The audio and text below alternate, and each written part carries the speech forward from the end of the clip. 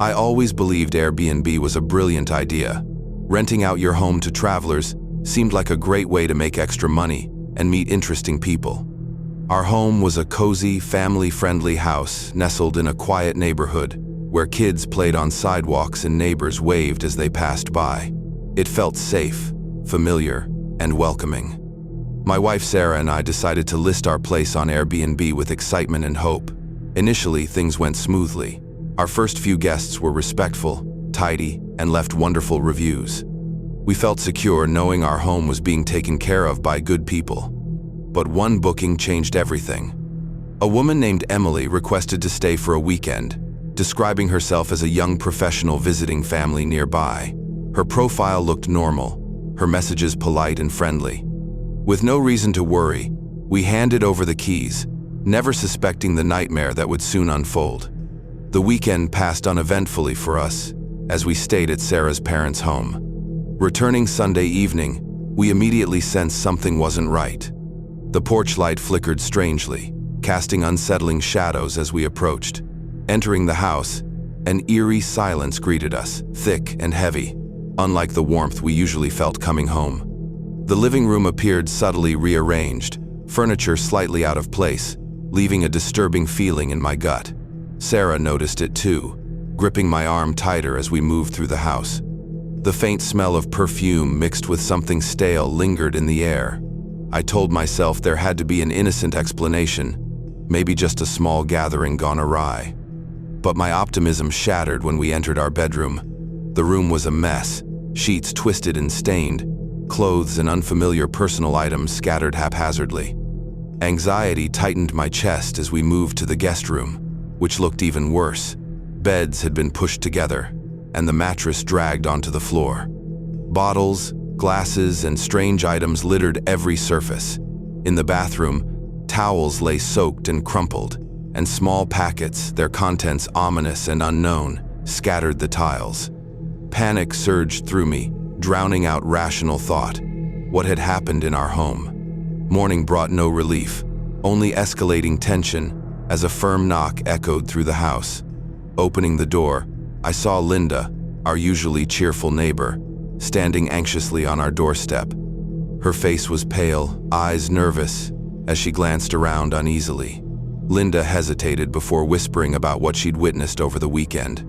Cars had arrived at all hours, unfamiliar men and women coming and going frequently. Loud music played late into the night, and her teenage son had been approached by a stranger asking troubling questions.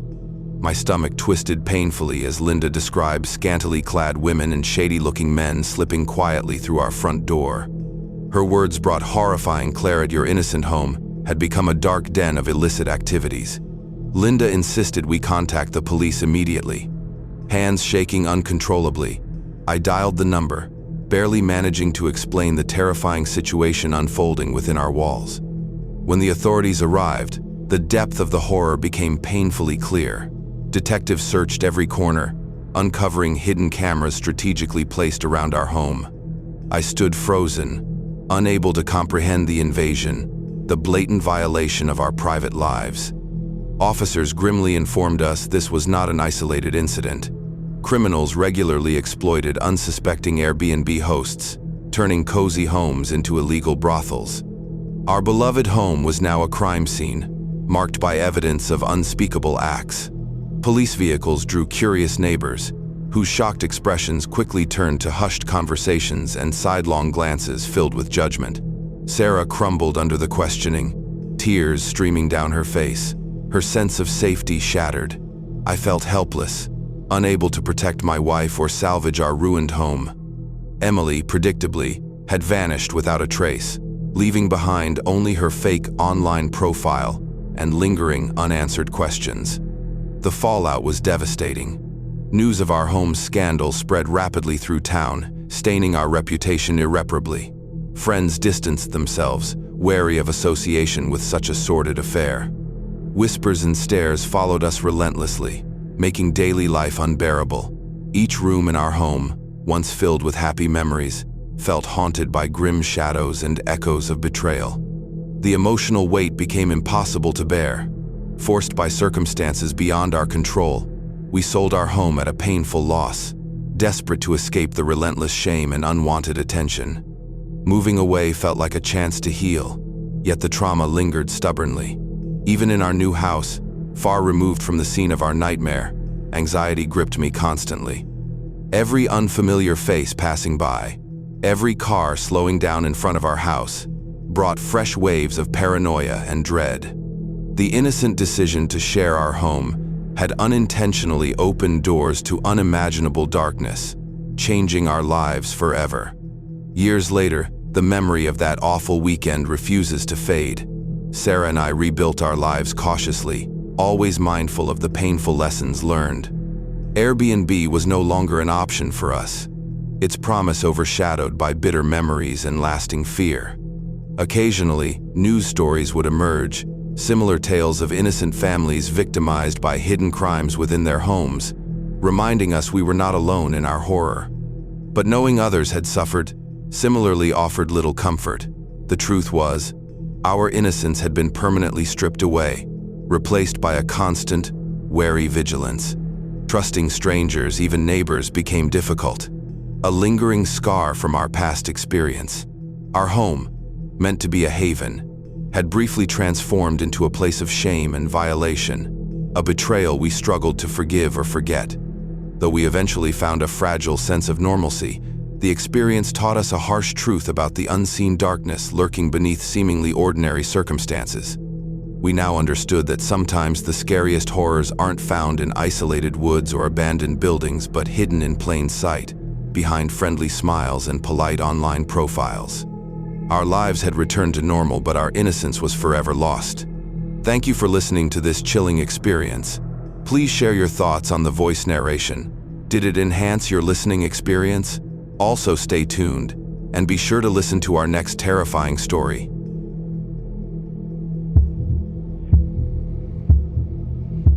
I still remember the exact moment when I realized something was terribly wrong with my Airbnb property.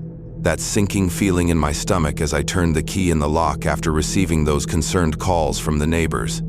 I had been so excited about becoming an Airbnb host 6 months earlier, fixing up my grandmother's old house with fresh paint and new furniture, taking perfect photos for the listing, and watching the 5-star reviews roll in from happy guests who loved the peaceful neighborhood and charming decor. The extra income helped pay off my student loans, and I took pride in offering travelers a comfortable place to stay in our small town, always making sure everything was spotless between bookings and leaving little welcome baskets with local treats. This particular booking had seemed completely normal at first glance, a couple staying for just a week while they were in town visiting family, in their profile showing smiling faces and several positive reviews from other hosts. So, I had no reason to worry when I handed over the keys and headed out of town for my own vacation, telling them to make themselves at home and contact me if they needed anything at all during their stay. The first warning sign came 3 days into their stay when Mrs. Collins from next door texted me about unusual activity, people coming and going at all hours of the night, strange cars parked along the street, music blaring until dawn, and shadowy figures moving behind the curtains I had sewn myself from vintage fabric that matched the blue walls. I tried calling the guests but got no answer, sent messages through the app that went unread, and finally called another neighbor who confirmed seeing at least a dozen different people entering the house, none of whom matched the photos of the couple who had booked the place. My vacation instantly ruined. I cut my trip short and drove 8 straight hours back to town, my mind racing with possibilities, hoping it was just some misunderstanding. Perhaps they were having a family reunion and forgot to mention it, or maybe the neighbors were exaggerating about a small get-together that got a little loud. But deep down, I knew something was very wrong based on the concern in Mrs. Collins' voice when she called again to say she had seen someone carrying what looked like garbage bags full of unknown items through the back door at 3 in the morning. Nothing could have prepared me for what I found when I finally arrived. The front yard littered with cigarette butts and empty beer cans, the flower beds I had carefully planted trampled into the mud, and the porch light smashed to pieces. But that was nothing compared to the nightmare waiting inside, where the clean, lovingly decorated home I had left behind had been transformed into something out of a horror movie. With every surface covered in filth, the walls marked with strange symbols and crude drawings, furniture broken or missing entirely, and the unmistakable smell of chemicals and human waste hanging in the air like a toxic cloud. I moved from room to room in a state of shock, documenting everything with trembling hands on my phone camera, finding used needles scattered across the kitchen counter where I used to bake cookies for guests, plastic bags with white residue beside makeshift pipes and scorched tinfoil, mattresses dragged into the living room and stained with substances I could not identify, holes punched through walls, doors torn from hinges, and in the basement, a collection of stolen items including electronics, jewelry, and even identification cards, with strangers' faces looking back at me, evidence that my home had become not just a drug den but possibly a hub for other criminal activities in the span of just a few days. The financial and emotional toll of restoring my property was devastating, requiring professional hazmat cleaners to safely remove the needles and drug residue, contractors to repair structural damage, complete replacement of all soft furnishings that had been contaminated, and endless paperwork with police, insurance, and Airbnb customer service trying to recoup some of the thousands of dollars this nightmare was costing me. The guests had used stolen identities to create their account, leaving me with little recourse for tracking them down, while the police investigation revealed my address had been specifically targeted through rental platforms by a group known for setting up temporary drug operations in different locations to avoid detection, moving on before authorities could catch them, leaving behind destruction and heartbreak for unsuspecting property owners like me. Sleep became impossible as I constantly worried about who had been given keys or told about my property, whether some desperate addict might return looking for their next fix, or if neighbors would ever trust me again after what had happened, with some suggesting I had somehow been complicit or negligent in allowing such people into our peaceful community. The physical restoration eventually finished after 3 months of work, but the mental scars remained, as I struggled with the decision of whether to ever rent the property again, jumping at every noise in the night, installing security cameras and reinforced locks, and conducting exhaustive background checks on potential guests that went far beyond the platform's standard verification process. I still host on Airbnb today, but with strict new rules and a caution that borders on paranoia, never leaving town during a booking and dropping by daily for casual inspections. The innocent trust I once had in strangers, permanently shattered by the people who saw my home, not as a place to respect and enjoy, but as an opportunity to exploit for their darkest purposes, transforming what was once my grandmother's legacy and my pride into the setting for the most horrifying chapter of my life. A cautionary tale I now share with anyone considering opening their home to the platform, warning them that behind those smiling profile pictures and 5-star reviews might lurk individuals capable of turning your dream into an unimaginable nightmare in the blink of an eye.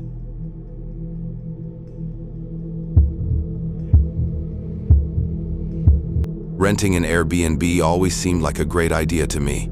Hotels were expensive and impersonal, so when I found a cozy, secluded flat advertised online, promising absolute privacy and peace, I quickly booked it. The reviews seemed good, and the host, named Martin, was described as kind and helpful. When I arrived, the flat was exactly what I had imagined, clean and comfortable, nestled quietly beside Martin's own house. He greeted me warmly, showed me around, and assured me multiple times that my privacy was guaranteed. Everything felt perfect, and as darkness settled over the quiet countryside, I drifted off to sleep feeling safe and relaxed, never imagining the nightmare that would soon unfold. I woke up suddenly in the middle of the night, disturbed by a soft creaking noise. At first, I thought it was just the house settling, but then I heard footsteps, slow and deliberate, creeping closer. My heart jumped when a door I had not noticed earlier slowly swung open, revealing Martin standing there, dimly illuminated by the hallway light. I sat up, startled, as he quickly explained in a quiet voice that he had misplaced his phone earlier and thought he might have left it in the flat. Something in his voice felt off, but I nodded nervously, pretending to understand. He shuffled around aimlessly for a few minutes before smiling awkwardly and leaving again, closing the door gently behind him. My heart was pounding, but I convinced myself it was just an honest mistake, and eventually, exhaustion pulled me back into uneasy sleep. When morning finally came, I couldn't shake the uncomfortable feeling left by Martin's strange midnight visit. I decided to reassure myself by exploring the flat thoroughly, trying to convince myself I was overreacting. That's when I noticed them, ropes loosely tied around the back legs of the kitchen chairs, hidden just out of plain sight. My stomach churned with dread. What possible innocent explanation could there be for ropes placed so suspiciously? Anxiety surged through me as I realized the flat had no Wi-Fi, and my phone had lost signal overnight. I felt trapped, vulnerable, and utterly alone, but I knew I couldn't panic yet.